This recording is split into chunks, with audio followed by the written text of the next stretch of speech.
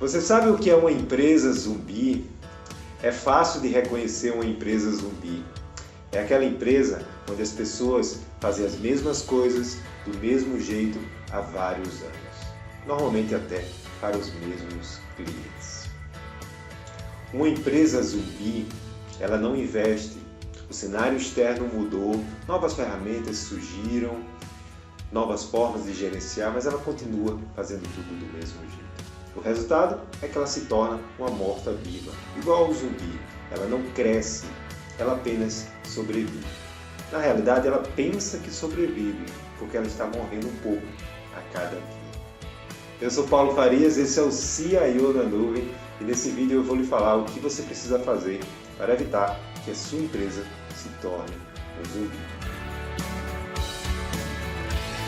Muitos anos atrás, quando eu atuava como executivo numa empresa de tecnologia, essa empresa, após alguns projetos não muito bem sucedidos, a empresa começou a ter alguns problemas de caixa. Começou a atrasar pagamento com alguns fornecedores e logo isso acabou atingindo também a folha de pagamento.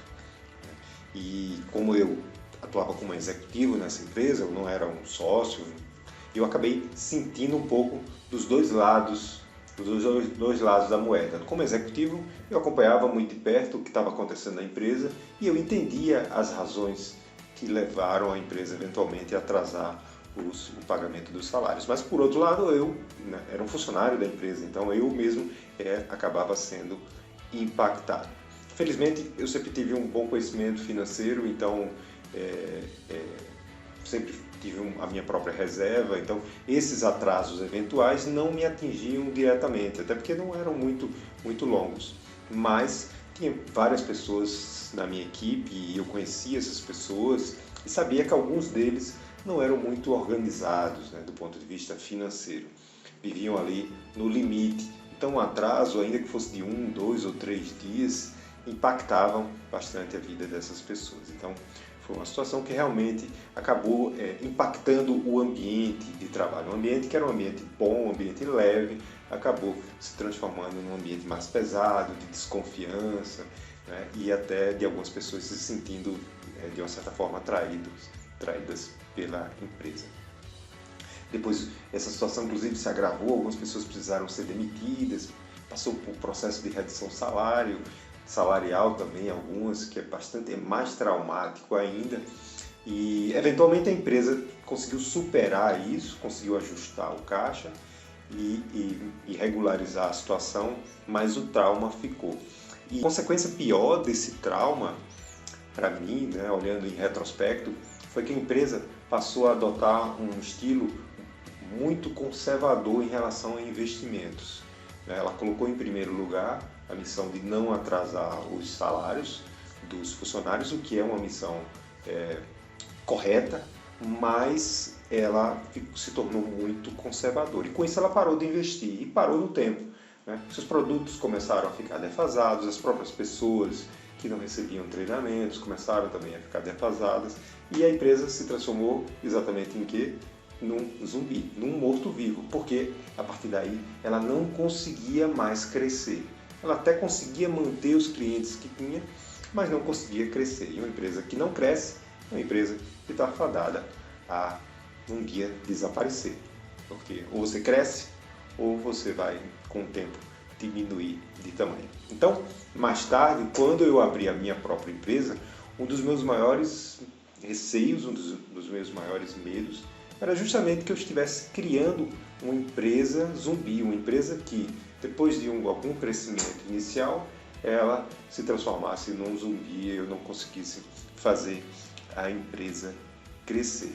Muitos anos mais tarde, então, quando eu criei a minha própria empresa, quando eu resolvi abrir a minha própria empresa, um dos receios, um dos meus maiores medos era justamente que eu estivesse criando uma empresa zumbi, uma empresa que no início ali até crescesse um pouco, mas depois fosse contraída aí, vamos dizer, pelo vírus das empresas zumbi, as empresas que não crescem. Infelizmente muitas empresas, talvez a maioria das empresas, elas acabem vivendo nesse nesse estágio. Ou ela não cresce de jeito nenhum, ou ela cresce aos solavancos, né? Como a gente diz, né? É quando, eventualmente, por uma indicação ou por um contato esporádico, a empresa fecha um contrato maior, um fornecimento maior, e aí todo mundo fica feliz, entra dinheiro no caixa, a empresa consegue contratar pessoas, contratar recursos, equipamentos, e só que o que acontece é que a empresa muitas vezes, na maioria das vezes, ela não está preparada para esse crescimento, ela não está estruturada para crescer de uma forma rápida. Então ela acaba tomando uma série de decisões equivocadas mesmo, e que fazem com que eventualmente ela consiga entregar aquele projeto, aquele produto, mas depois que esse contrato se encerra, ela acaba voltando para o estágio em que ela estava anteriormente, né? Ou na mesma situação, ou até algumas vezes pior, quando o projeto não funciona, isso o produto entregue também acaba caindo a qualidade, e isso acaba criando uma imagem negativa da empresa no mercado. Ou, às vezes, até ela consegue entregar com muito esforço aquele contrato, mas aí precisa contrair dívidas, e aí depois tem que honrar com esses serviços da dívida, e isso acaba prejudicando também a continuidade do negócio. E o que você precisa então fazer para evitar que a sua empresa se torne uma empresa zumbi, né? Uma empresa morta-viva, ou se você aí de forma muito consciente já detectou que sua empresa está nesse estágio, uma empresa que não consegue crescer, que está fazendo as mesmas coisas que fazia há vários anos, com as mesmas pessoas, se a sua empresa já está nesse estágio, existe uma salvação para ela. Você pode ainda retomar as rédeas aí da sua empresa e transformá-la numa empresa aí que cresce de forma permanente. Para isso, você vai precisar aí implementar exatamente um sistema de gestão que crie aí um ambiente que vai lhe proporcionar crescer de forma contínua, de forma permanente, mas de forma consistente, ou seja, de forma sustentável. E aí, é importante eu dizer que quando eu falo aqui de um sistema, eu não estou falando de você contratar um ERP, contratar um TOTOS, um SAP, não. Quando eu falo de sistema, o que é um sistema? Um sistema é um conjunto de políticas e de boas práticas. Portanto, um sistema de gestão são boas práticas que você vai implementar na sua empresa para ter aí uma garantia de que ela vai continuar crescendo de forma sustentável, ou vai retomar esse crescimento de forma sustentável. E aí esse sistema, ele é um sistema que ele é composto fundamentalmente de dois pilares. O primeiro pilar é o pilar do planejamento estratégico. E o segundo pilar é o pilar do planejamento financeiro e do controle financeiro. O primeiro pilar é aquele que olha para frente, aquele que vai avaliar o seu ambiente interno, as suas forças, as suas fraquezas, avaliar o ambiente externo, né, como é que estão os seus concorrentes, como é que está o mercado, quais são as oportunidades. E aí, a partir dessa avaliação, você vai definir os seus objetivos de longo prazo.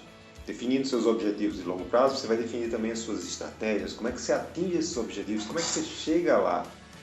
Aí você vai definir suas metas, o que você vai atingir aí nos próximos 6 meses, nos próximos 3 meses, e até chegar o seu plano de ação, que é justamente um mapa, né, de como chegar lá, como sair do ponto A para o ponto B. Então são as ações, são as pessoas, são as ferramentas que você precisa utilizar, que você vai precisar investir, quais são os treinamentos que o seu pessoal vai precisar fazer e quais são principalmente os novos hábitos que você vai ter que desenvolver na sua organização.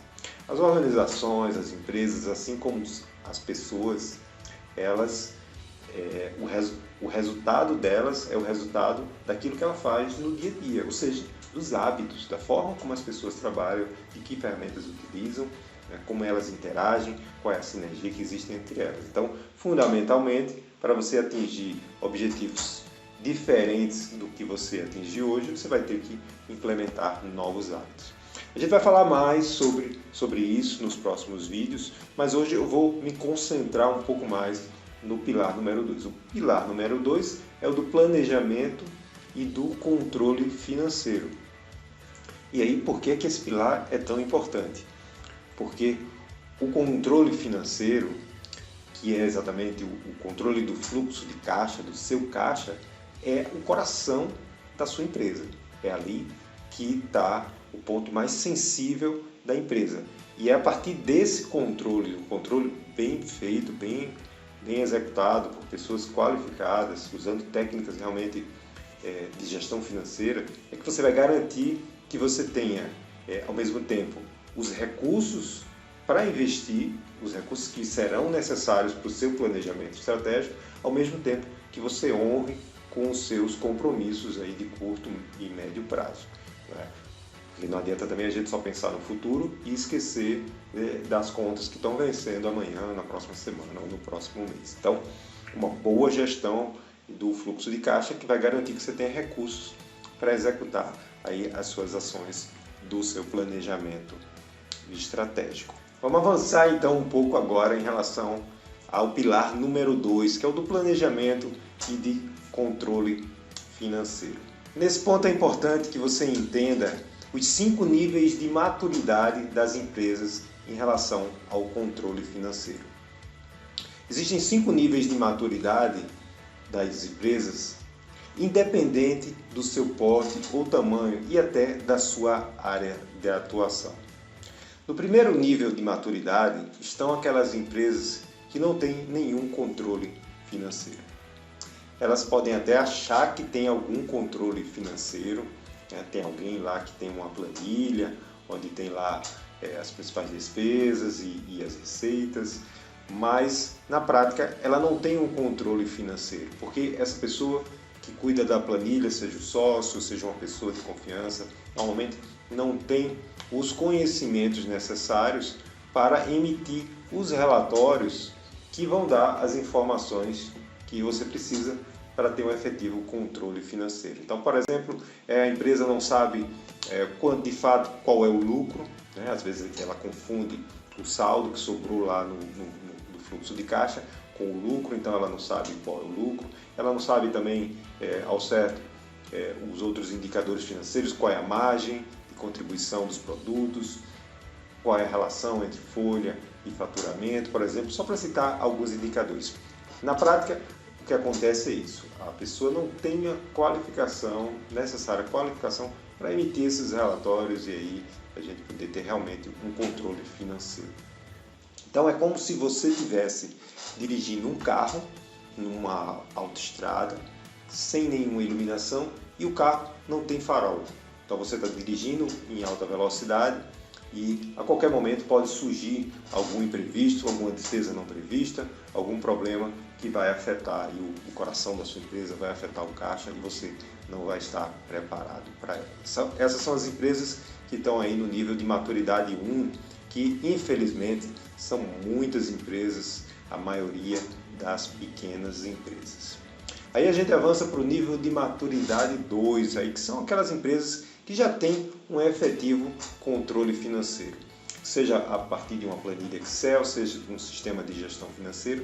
Então ela já tem lá, ela já faz todos os lançamentos e tudo que entra na empresa, tudo que sai, ela já faz a categorização, então ela sabe exatamente cada tipo de despesa, então ela sabe, por exemplo, onde foi gasto os maiores recursos, para onde o dinheiro da empresa está indo, se houve algum crescimento em relação ao período anterior, ela já consegue identificar isso, seja porque ela consegue nessa ferramenta extrair esses relatórios, ou até porque a empresa tem uma assessoria contábil que provê esses relatórios para a empresa. Então, essa empresa também, normalmente nesse nível, já não tem aquele problema do empresário misturar as suas contas pessoais com a conta da empresa, pagar despesas pessoais usando a conta da empresa, já conhece bem essa separação, já faz essa separação, ou seja, já tem efetivamente um controle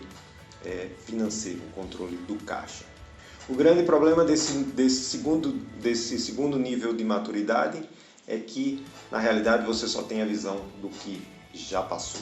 Então, é como, novamente, se você está lá na estrada, é uma estrada no escuro, você está dirigindo em alta velocidade, agora você tem os faróis, só que os faróis estão apontando para trás. Eles lhe ajudam a entender o que já passou, mas não lhe ajudam com os imprevistos que vêm pela frente, porque você está só olhando os números do passado. Esse é um estágio número 2, é um estágio importante. Se você já avançou para esse estágio, parabéns, porque você já está pronto para o estágio, o terceiro nível de maturidade das empresas em relação ao controle de caixa, que é quando você faz o planejamento financeiro integrado ao controle financeiro. E aí o planejamento financeiro nada mais é do que o bom e velho orçamento. É você olhar para o passado, mas aí utilizar esse passado para projetar o que vai ser o seu futuro. Aí você pode fazer um orçamento para o ano, pode fazer um orçamento para o semestre, ou pode fazer um orçamento para o trimestre, ou até você trabalhar com orçamentos mensais. Sempre lembrando que quanto mais longo é o orçamento, mais difícil é de fazer, porque envolve mais variáveis, né? Mais incertezas.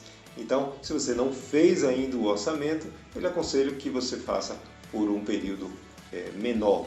Talvez 3 meses seja um período bom para você começar a fazer. Um mês é pouco, né?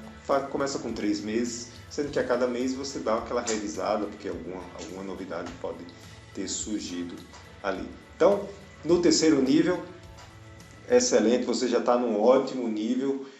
Poucas empresas chegam nesse nível, você tem um planejamento, tem um orçamento, e aí você consegue ter no final do mês aquele relatório de previsto versus realizado. Isso vai lhe ajudar no próximo orçamento você já fazer uma previsão mais realista, mais próximo da realidade. Você vai ajustando, porque nenhum orçamento é perfeito. Então, agora você está na autoestrada, o seu carro tem um farol que mostra para trás, mas também tem um farol para frente. Então, aquela curva que está logo ali adiante, você já consegue ver ela, e quem mostra isso, essa bola de cristal, é justamente o orçamento. Então, ela me mostra, por exemplo, que no final do ano ali você vai ter despesas extras, você vai ter o 13º, você vai ter umas férias, que você pode ter uma rescisão, ter algum funcionário que acabou um projeto. Então você já antecipadamente